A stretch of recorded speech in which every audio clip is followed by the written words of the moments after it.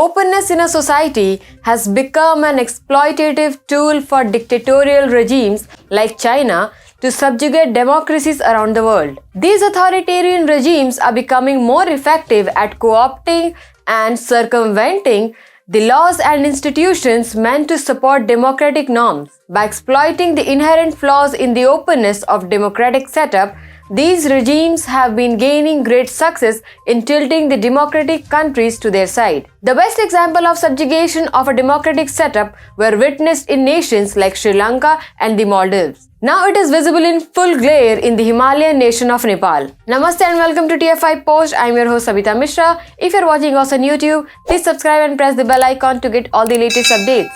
If you are watching us on Facebook, do like, share and follow the page. Let's begin with the video report.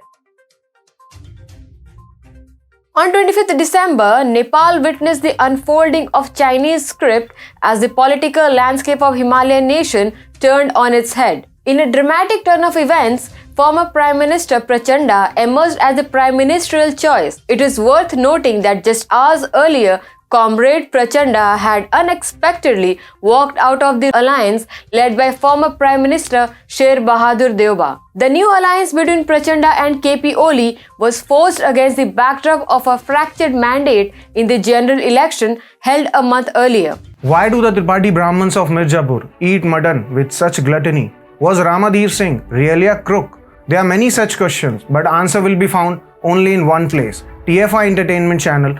Click here to subscribe. See you there. In the run-ups to the elections, Pushpa Kamal Dahal aka Prachanda had stitched a pre-poll alliance with 5 parties. Till Sunday, the pre-poll alliance was led by Nepali Congress President and outgoing Prime Minister Sher Bahadur Deoba. Media reports claim that Prachanda and former Nepali PM KP Sharma Oli outsmarted the outgoing PM. But the changed political landscape speaks for itself. The outcome has a Chinese imprint written all over it.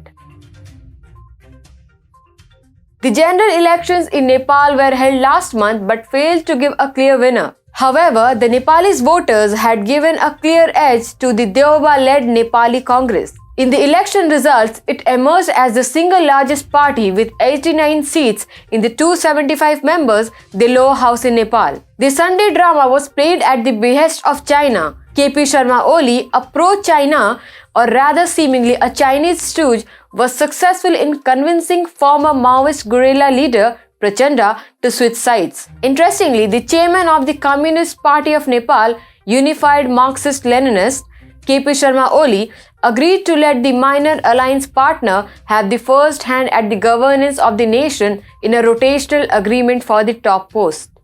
In the last month's general election, the Oli-led CPN-UML and Prachanda-led CPN-MC had won 78 and 32 seats respectively. Later, Prachanda met with Nepal's President Vidya Devi Bhandari with a claim to have support of 170 parliamentarians hailing from 6 parties and 4 independents. Thereafter, on December 26, Prachanda was sworn in as the new Prime Minister of Nepal. Indian Prime Minister Narendra Modi sent a congratulatory tweet to the new Prime Minister of Nepal, Pushpa Kamal Dahal. But the newly elected pro-Chinese government is not a good sign either for the democratic setup of Nepal or India. It is important to note that out of the 3 senior Nepalese leaders, Prime Minister Deoba was regarded as the more centric leader who attempted to balance Nepal's relation with India and China.